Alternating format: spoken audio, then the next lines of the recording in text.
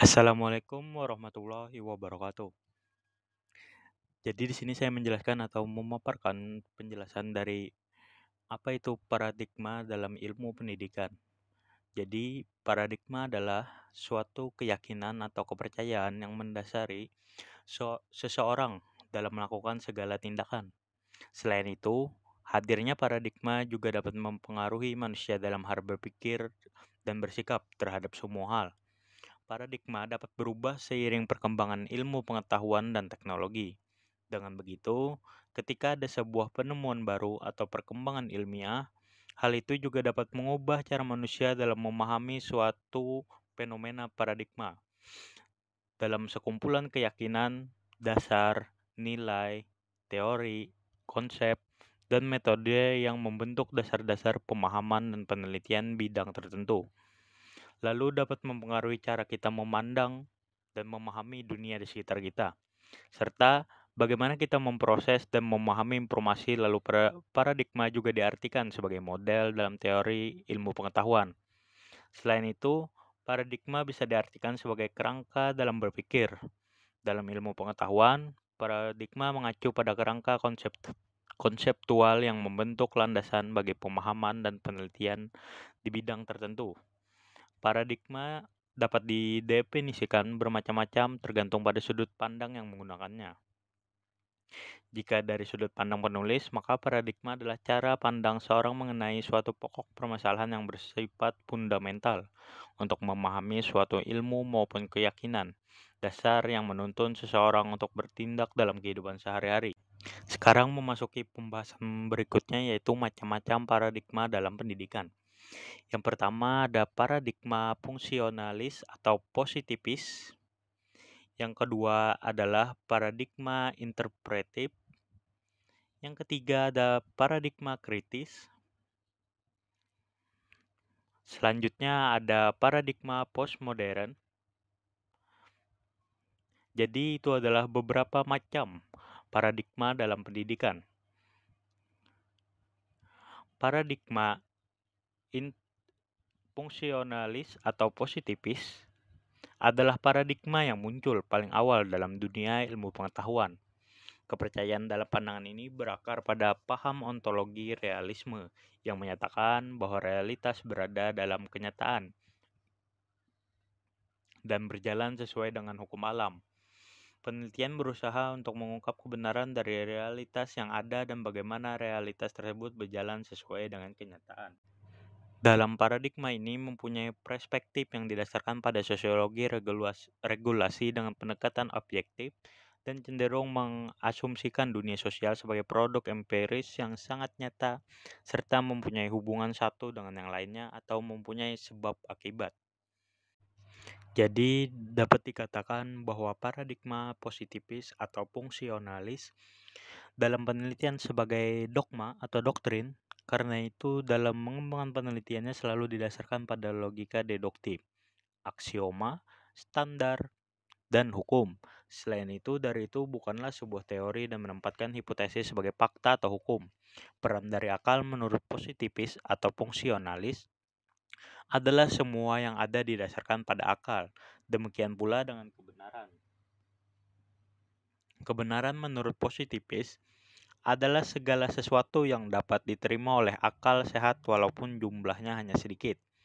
Positifis atau fungsionalis selalu menekankan pada generalisasi untuk memberikan kekuatan akumulasi pengetahuan atau fenomena sebab akibat.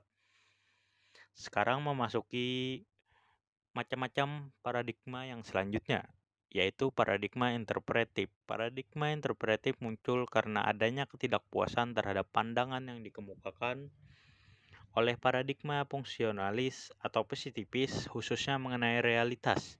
Karena menurut interpretivis realitas adalah yang dapat dikonstruksi oleh individu yang terlibat dalam situasi penelitian, sehingga paradigma ini menolak tiga prinsip yang didengung-dengungkan oleh penganut paradigma fungsionalis atau positifis.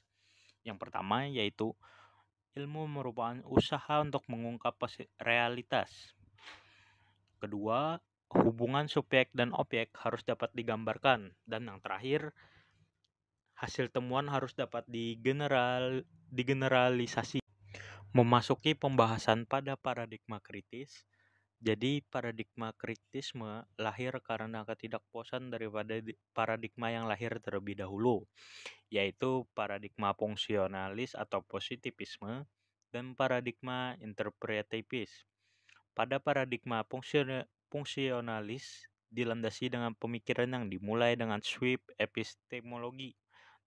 Dari epistemologi deduktif platonik menjadi epistemologi induktif empirik aristotelian. Reaksi epistemologi ini lahir dari penolakan kebenaran yang bersifat spekulatif dan jauh dari maksud yang sebenarnya dari pencarian kebenaran. Sedangkan paradigma interpretif lebih menekankan pada peranan bahasa, interpretasi, dan pemahaman. Menurut Morgan, 1979, paradigma ini menggunakan cara pandang para nominalis dari paham nominalisme yang melihat realitas sosial sebagai suatu yang tidak lain adalah label, nama, konsep yang digunakan untuk membangun realitas. Perihal paradigma kritis yang perlu dipahami. Pertama, kritik internal terhadap analisis argumen dan metode yang digunakan dalam berbagai penelitian. Kritik ini memfokuskan pada alasan teoritis dan prosedur dalam memilih, mengumpulkan, dan menilai data empiris.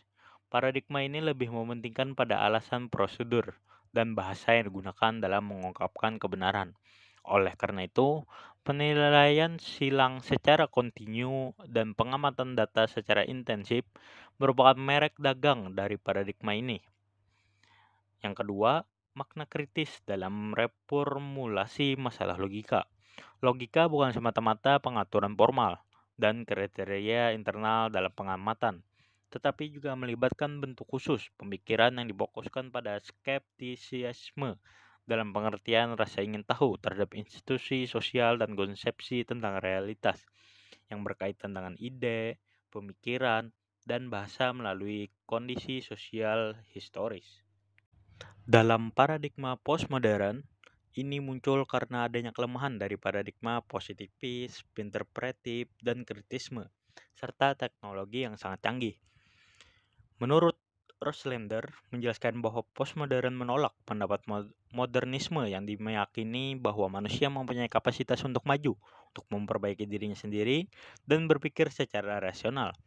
Bagi seorang postmodernis, tidak ada keadaan yang lebih baik, tidak ada dunia yang lebih baik, tidak ada yang disebut kemajuan atau pengendalian alam. Jadi,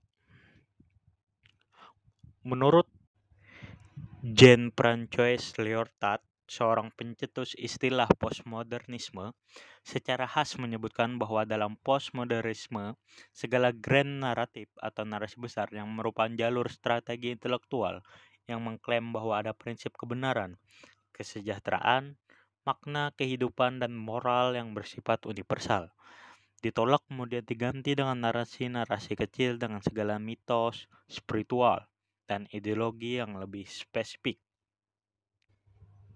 Sekarang memasuki pembahasan berikutnya, yaitu tujuan paradigma ilmu pendidikan.